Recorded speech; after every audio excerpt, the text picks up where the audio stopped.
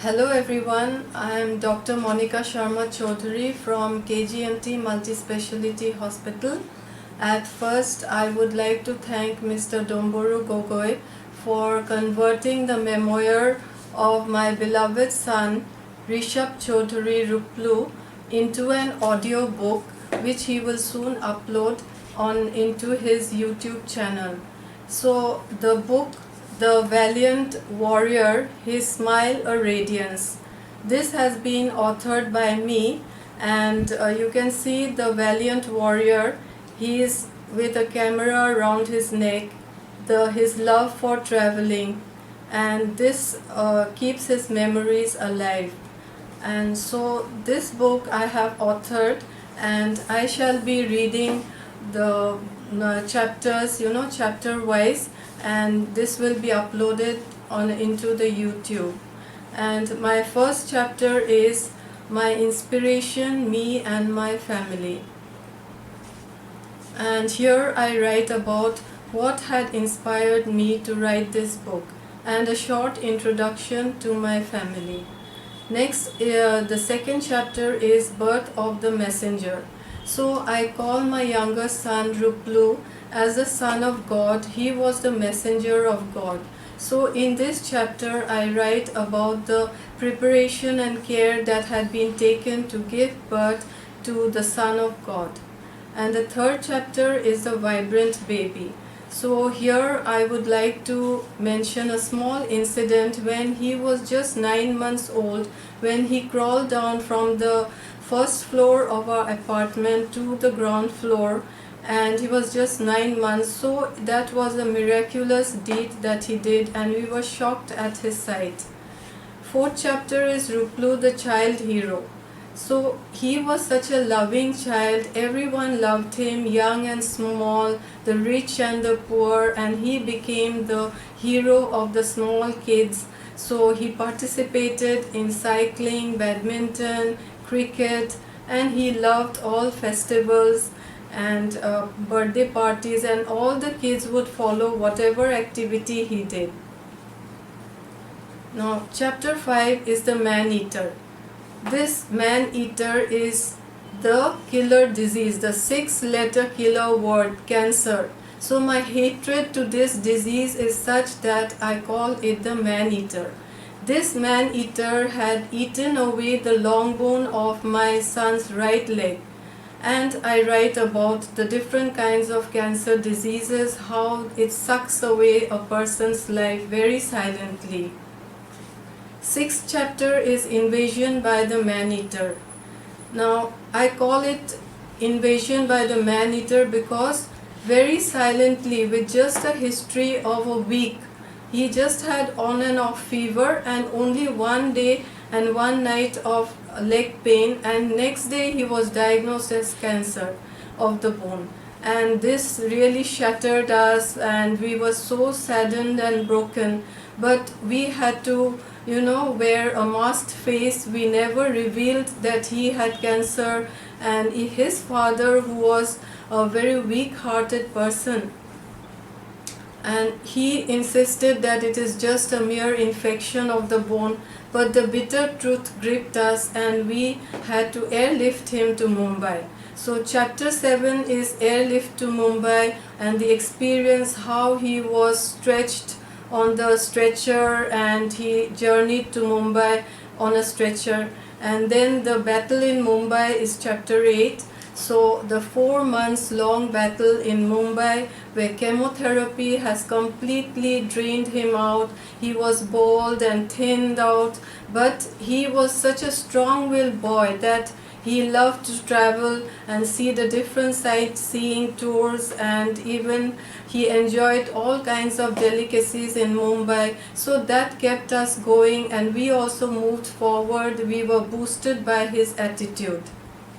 Chapter 9 is his travelogue.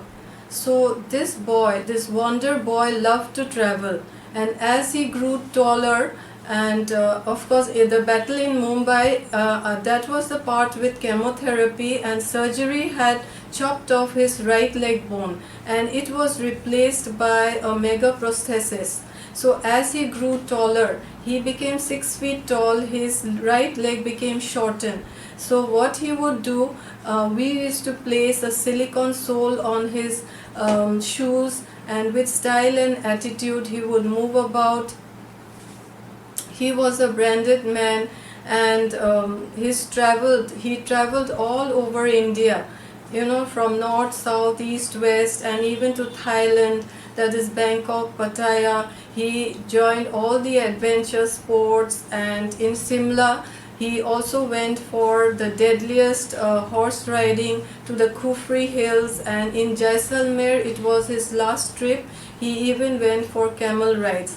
So he never felt like a patient. And the chapter 10 is the valiant warrior. So I call him the valiant warrior because he really fought the battle very valiantly. And after 5 fruitful years, again he was re-attacked when he was 16 years old, and he was re-attacked by the man-eater in the lung and also in the vertebral bone, and just 1 month was left for his matriculation. But after the radiation of 1 month, like he just got time for a month and he prepared for his metric, came out with flying colors. And then he took admission in a reputed school in class 11, and that was in Guwahati, and where he really enjoyed the life in Guwahati. He never thought he was a cancer patient, and he even enjoyed the ISL, and that was chapter 11, the last vibrant year 2018. And he watched the ISL, the IPL, he would go for the blockbuster movies, and with the influence of his best friend Pratush, he learned the drum, and he appeared for the drum class, and he came out successful with merit marks, and this exam was conducted by the Trinity College of London. So that was the last vibrant year, and of course dining in restaurants, and we were so broken hearted, but he would pull us forward. Like, he never wanted me to grumble, and I never saw a bit of frown on his face, never did he shed any tear. And so that is how I wrote about the last vibrant year 2018. Then the chapter 12 is the silent killer, the report. Oh my God, this was the deadliest report that we got on his birthday. And one can imagine, I was shivering when I came with this report. It was his birthday on 29th of November 2018, and I came out with this worst report and the worst day of our lives, when his both lungs were silently re-attacked, and his heart became shrunken and it was squeezed to one side, and suddenly he would breathe very fast, and he had air hunger. But however, we celebrated his last birthday with a very heavy heart, just for his happiness. And he too kept aside all the difficulties, and he enjoyed that moment very nicely. Then chapter 14 is the turmoil. So immediately after his last birthday celebration, we had to go to B. Borwa Cancer Institute for the search of the last moment treatment that was required, and everyone denied treatment for him, but something had to be done to him. So we started with radiation, and just 4 days of radiation really sucked up his life. He became so exhausted, so fatigued. So radiation was stopped, and then palliative treatment. And being a doctor's son, and I work in palliative department, so he asked me, Mommy, why palliative treatment is given? Why not chemotherapy? So again, chemotherapy was given just for the name's sake. We knew his last moments were coming. So the chapter 14 is the turmoil, and how he underwent chemotherapy, and that we gave him in our hospital. We did not want him to lie down in the midst of all cancer patients in B. Borwa Cancer Institute. Then chapter 15 is his positive vibes with the therapy.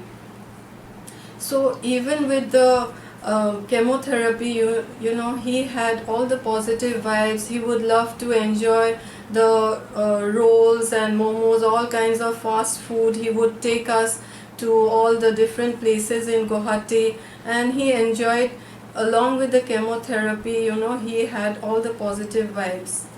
Then cabin, the chapter 16 is the cabin, doorway to heaven. So you can say doorway to heaven. He was nearing his imminent, his death was imminent, and so the last like festival was the Uruka Bhuj that he celebrated of Magh Bihu, and on 16th of January he had stomach distension. 17th January 2019 he was admitted to our hospital. He wore his sneakers, the Reebok, the branded shoes. He was a branded man, and I was telling him, why do you have to wear shoes to the hospital? And he said, Ma, I will need those shoes when I come back. So he went with a hope, but you know, God has taken his son away. Last 18 days he spent his 18 days of precious life. He was 18 and the cabin was 18, and now I have fears hearing the number 18. I just hate it. And during those days I had to sedate him, and I was with him 24/7, and you know, whoever visited him, he would greet them with a smile. And even on his deathbed, he enjoyed all kinds of food. He ordered from the nearest Kathi junction, and he never missed a meal, and he never missed his smile, and he never shed a single drop of tear. So that is how we also coped up with him. And but however, midnight came. It was 3rd of February. I was with him, and he answered to God's calling. And you know, being a doctor and anesthesiologist, I tried to resuscitate him. I breathed life into him, and his last breath went into mine, and he passed away. So I call it the doorway to heaven. The cabin is the doorway to heaven. And so the after effects of death, home they brought my warrior dead, and like summer tempest I shed my tears. I became trapped in a cocoon of sorrow, and then my quest for his soul. So I went through all kinds of, you know, the books and preachings, internet. I wanted to search for his soul, and I came to know that the soul always existed and it never died. And my son, he was a pure soul, and so like he ascended to the 7th heaven, the Jannat, or the Vaikuntha Dham. And then the loss. So it became a tremendous loss to our family, but still we had to pull on. And we loved him enormously, and the loss was tremendous loss. But as we were broken down, we, like, you know, he held my hands, he held me up and said, Ma, you jot down all the memories, and you can live with my memories. So that is how we coped up with the loss. And now when I pray, I see him in all the temple premises, and my prayer ends by remembering him. And I noted down Ruplu's dialogues that come alive, his smile or radiance, and every picture of his bears a sweet smile that maintains his charm, and that makes us smile too. And chapter 24 is a letter from Pratyush to Rishabh. So his dear friend misses him so much that he has expressed his feeling in the form of a letter to this eternal soul. And Ruplu's message of positivity to face all odds with a smile. And now we are living with his memories. And chapter 27 is the palliative care, that is the end of life care, the comfort care that is given to a dying person. So that's the end of my book, and I hope everyone liked reading it, and I hope it is very inspiring to everyone. Thank you.